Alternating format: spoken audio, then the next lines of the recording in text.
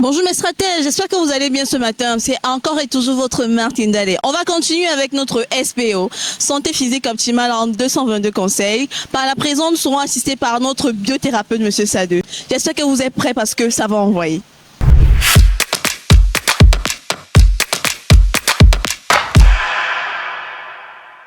Bonjour Monsieur Sadou. Bonjour Madame Martina. Comment vous allez ce matin? Ok. Tout au long de ma lecture de SPO, Santé physique optimale en 222 conseils du GIEC, que je suis encore tombée sur des éléments assez pertinents. Ok. Premier jour à l'école de médecine, un patient guéri et client perdu. Oui. Dites-moi. Voilà. Je ne sais pas si vous connaissez Adolf Huxley. C'est un philosophe, c'est un écrivain britannique qui est décédé en 1963. Et il disait que la médecine a fait tellement de progrès que malheureusement, plus personne n'est en santé. Et c'est triste de constater qu'aujourd'hui, en 2025, sa citation peut encore se vérifier. Prenons une ville comme Douala. Comptez le nombre d'hôpitaux qu'il y a dans la ville de Douala. Qu'est-ce qui peut justifier qu'il y ait encore autant de personnes qui continuent à souffrir de maladies de plus en plus chroniques et qui décèdent de plus en plus précocement?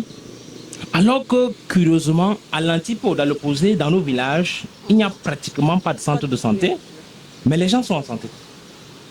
La question qu'il faut se poser, mais comment est-ce que, en 1963, avant qu'il ne décède, il a fait cette prédiction-là? Peut-être à l'époque, ce n'était pas une prédiction, c'est une réalité de son époque.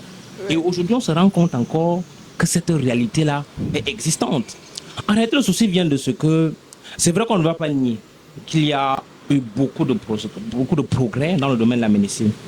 Mais la petite nuance qu'il faut relever, c'est qu'il y a une différence. Il faut faire cette petite différence entre les progrès pour ce qui concerne l'ingénierie de la santé et les solutions concrètes que la médecine apporte pour résoudre les problèmes précis.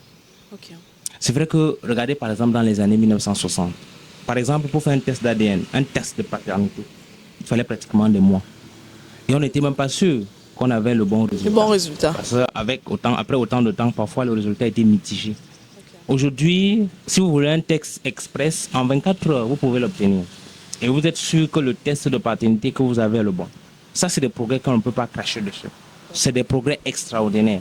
Mais ça, c'est pour uniquement ce qui concerne, comme je l'ai dit, au niveau de la technologie qui est derrière la santé. Maintenant, le véritable problème se trouve au niveau des solutions concrètes. Je vais prendre quelques petites statistiques pour que vous compreniez un peu. En 2010, pratiquement 5 millions de personnes, autour de 5 millions de personnes sont décédées de suite d'un AVC dans le monde. En 2010. Faites cette comparaison en 2023 où on a eu pratiquement 7 millions de personnes qui sont décédées en 2023. Et quand vous faites cette comparaison-là, vous voyez qu'en l'espace de 10 ans, il y a pratiquement 2 millions de morts qui se sont ajoutés par an de suite d'un AVC. Comment est-ce qu'on peut expliquer ça? Alors que les technologies sur le plan de la santé ne font qu'aller crescendo, ne sont que croissantes. C'est tout simplement parce que nous l'avons dit dans une interview, c'est qu'en réalité, le problème qui a cours là, c'est que il n'y a pas de problème avec la santé. Le problème, c'est le business qui est caché derrière la maladie. Et quand on pense que voilà, les personnes qui sont formées dans les facultés de médecine font malheureusement partie de cette chaîne-là qui alimente ce business-là, on a envie de se poser véritablement la question de savoir mais qu'est-ce qu'ils reçoivent comme enseignement pour qu'aujourd'hui on constate que de plus en plus de gens décèdent de maladies chroniques dites entre guillemets incurables, alors qu'ils sont normalement formés pour éviter cette hécatombe-là. C'est pour ça qu'on en vient à la remarque que voilà, le premier, forcément, il y a quelque chose qui se passe par rapport à ce qu'ils reçoivent comme enseignement pour cette situation-là.